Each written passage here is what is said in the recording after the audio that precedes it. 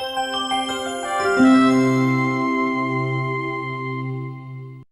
everybody, welcome in today's class. My name is Praveen Chobe and I am again here with a very new topic. Today in this class I am going to discuss about a newly appointment chairman of UPSC. Now in this video we'll discuss about the who is the new chairman of UPSC, who was the ex-chairman of UPSC, and at the same time we will discuss about entire theory about UPSC. What is the role, function, how the chairman, how the member of the UPSC are appointment. So let's discuss one by one. This is the current affair topic. You can say this is a current affair topic. So newly appointment chairman of UPSC. Now who is the new chairman of UPSC? This is the Professor Pradeep Kumar Joshi. Yes, this is the Pradeep Kumar Joshi is appointed as new chairman of UPSC. His tenure will be 7th August till 4th April 2022. And he replaced Arvind Saxena, who was appointed as a chairman of UPSC on 28 November 2018 till 7th August 2020. So basically he was administered the oath of office and secrecy by Arvind Saxena, the outgoing chairman of the UPSC. So we'll discuss in detail about the credentials of Pradeep Kumar Joshi. Who is Pradeep Kumar Joshi? What was his achievement? Okay. So Pradeep Kumar Joshi is basically you know that he is a noted academician with excheckered career, during which he held a number of important assignments, including Director of National Institute of Education, Planning and Administration. So Pradeep Kumar Joshi is already have experienced in a very well-known academician. Okay, he already worked as a director. Okay, National Institute of Education, Planning and Administration. Apart from this achievement, he was also the chairman of Chhattisgarh Public Service Commission and the chairman of Madhya Pradesh Public Service Commission. Okay, he was already act as the chairman of State Public Service Commission. And about his qualification, he is already, we talk about some of the important achievement. An eminent academician and researcher, he has more than 28 years of teaching experience, okay, in various universities and national institutes. He was also done PhD degree in commerce from Kanpur University in 1981. So this some points you should know about our new UPSC chairman, okay. And this Professor Joshi appointed as a member of UPSC on May 12, 2015. Okay, so these are some important achievement and qualification of you can say a member of UPSC. Although UPSC in our constitution not define any qualification for chairman and the member of UPSC. Okay, so let's discuss about UPSC, all about UPSC. So UPSC is your central recruiting agency in India. Okay, Union Public Service Commission is a central recruiting agency in India. It is an independent constitutional body in the sense that it has been directly created by the constitution. So this is a keyword you must know. This is an independent constitutional body. And when we talk about this is a constitutional body, so obviously something is written in a constitution about the UPSC.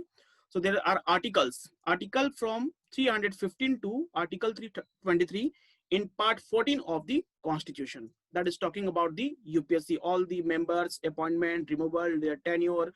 Okay, what should be the criteria for removal, everything is given between the article 315 to 323 in part 4 of the constitution. As a UPSC aspirant, you must know about UPSC, all the important points regarding UPSC. Now let's talk about the composition of Union Public Service Commission. The commission consists of 9 to 11 members, including the chairman. So in prelims examination, if they will give you a statement regarding this commission is consist of 11 member only, 9 member only, such type of statement will be wrong. As this our constitution said that the UPSC consists of 9 to 11 member, including chairman, means not more than 11. Okay. Now these members, including chairmen, are appointed by the President of India. This is very important point. This is appointed by the President of India, and the President decide the composition of the commission. So this is the discretionary of the President who decide the number of members will be serve as a UPSC members. Okay, so this vary between 9 to 11, but not more than 11 members. Okay, so this is the composition of the commission. Now, next one is the qualification. What should be the qualification of chairman and the member of UPSC? So this, according to our constitution, there not mention any qualification, no qualification prescribed for the membership. Okay. What is only requirement, except that one half of the members of the commission should be such person who have held office for at least 10 years. Okay, at least 10 years is very, very important here. 10 years either under the government of India or under the government of state. So you know that this chairman, newly appointed chairman, Professor Joshi, already served as the ex-chairman of Chhattisgarh Public Service Commission and also chairman of Madhya Pradesh Public Service Commission. The constitution also authorizes the president to determine the condition of service of the chairman and other member of the commission. So overall, the power given to the president of India to determine the composition of the commission and the qualification, okay, and the conditions on which a member and chairman of the UPSC member will be appointed. Now, when we talk about the tenure of the commission, this is again a very important to understand tenure of the commission. The chairman and the member of the commission hold office for a term of 6 years or until they attain the age of 65 years, whichever is earlier. Okay, so this is the important year to note it down, 6 years and 65 years. So suppose any person who is appointed as a member and he now achieved the age of 65 years and he served only for 4 years. So he will be not eligible for further being a member of the UPSC. So he must be a resign. So when we talk about the resignation, the member can give resignation to the President of India. Whether it's a chairman or member, they will give a resignation to the President of India. This is again the important for your prelims. Now, when we talk about the removals, how the member and member of the chairperson UPSC is removed. Okay, member is removed. So president can remove this is again the power. Appointment is given to the president and removal is also given to the power to the president. The president can remove the chairman or any other member of UPSC from the office under the following circumstances. So these are the 3 circumstances given under which president can remove the chairman. First one is if he is adjudged and insolvent. Okay, if he is adjudged insolvent means it has gone bankrupt. Okay, because the bankrupt have given a high number of loans. Okay, not able to return back. If he then a president can, on the basis of this, a president can remove the chairman or other member of the UPSC.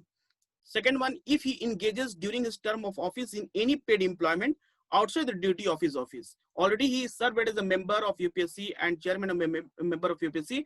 Apart from this, he again engaged in some other outside duties. Then on the basis of that ground, president have a power to remove the member as well as chairman of the UPSC.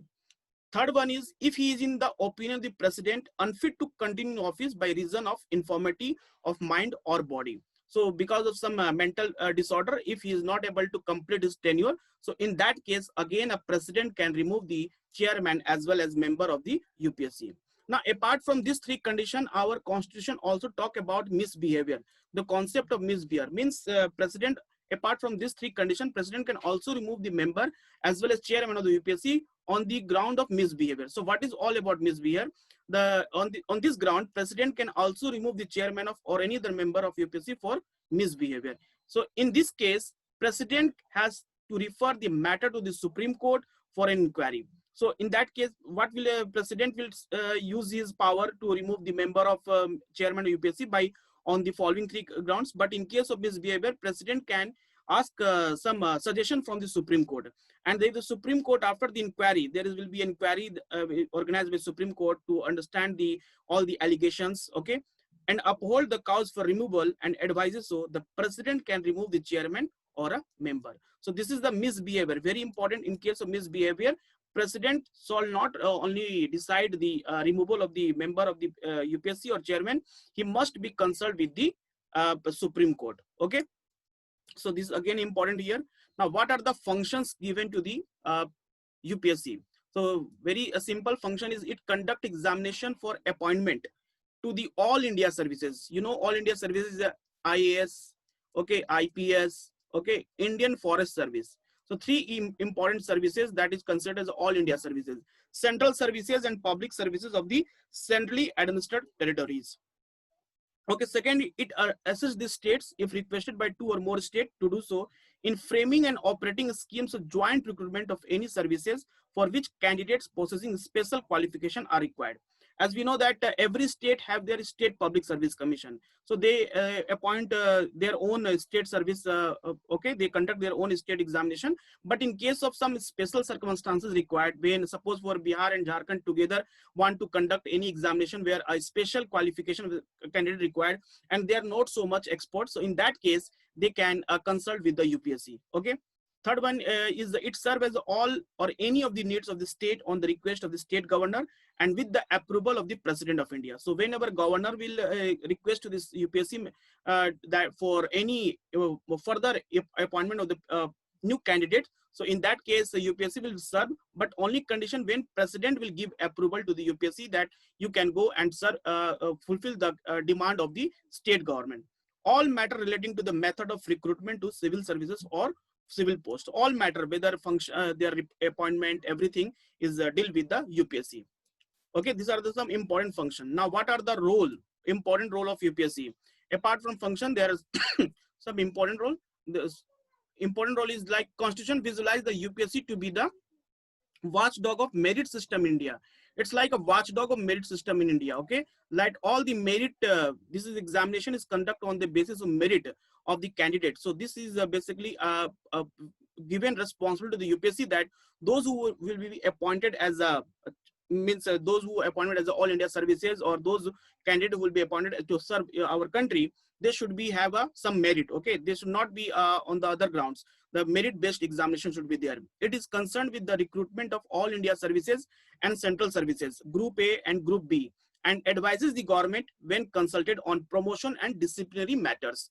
Okay, so promotion matter, if the government want to promote any group of services, then in that case government must consult with the UPSC members. Okay, so it is not concerned with the classification of services, pay and service conditions, cadre management, training, and so on. So this UPSC's only job is to appoint a person on the basis of their merit, and the further their cadre management, their service condition, training, and everything is basically handled by the Department of Personnel and Training. Okay, so this is not a DOPT, this is not the UPSC who will decide it. This is the DOPT who will decide the cadre management and service condition. One of the three department of ministry like personnel, public grievances, and pension. So Department of Personnel and Training have a responsibility for pay and service condition, cadre management, training, and so on. Therefore, UPSC is only a central recruiting agency, while the Department of Personnel and Training is the central personnel agency in India. So you must know the difference between these two group means organization, that a Department of Personnel and Training that organize for cadre management, pay and service condition, classification of services, that everything is decided by the DOPT. Okay, and just UPSC will conduct your examination. Okay, on the basis of that you will be appointed, and the classification service basically given by the DOPT. Okay, so maybe in prelims they will ask you a question regarding this. Now the present member of UPSC, now you know that the composition of the member consists of 9 to 11. Now we have a total number of 10 member in UPSC. The first one is called Pradeep Kumar Joshi as the chairman. Apart from chairman, we have 9 other members called Bhim Sen Basai. Now a retired air marshal called A.S. Bhonsle. Okay, retired. Sujata Mehta, Manoj Soni, Smita Nagraj. Okay, M. Satyavati, and Bharat Bhushan Vyas, TC A. Anant, and Rajiv Nayan Chaube. So total number of 9, okay, plus 9 members plus 1 chairman. Total become a 10 chairman. And what we know about the composition will it will be vary from 9 to 11 members.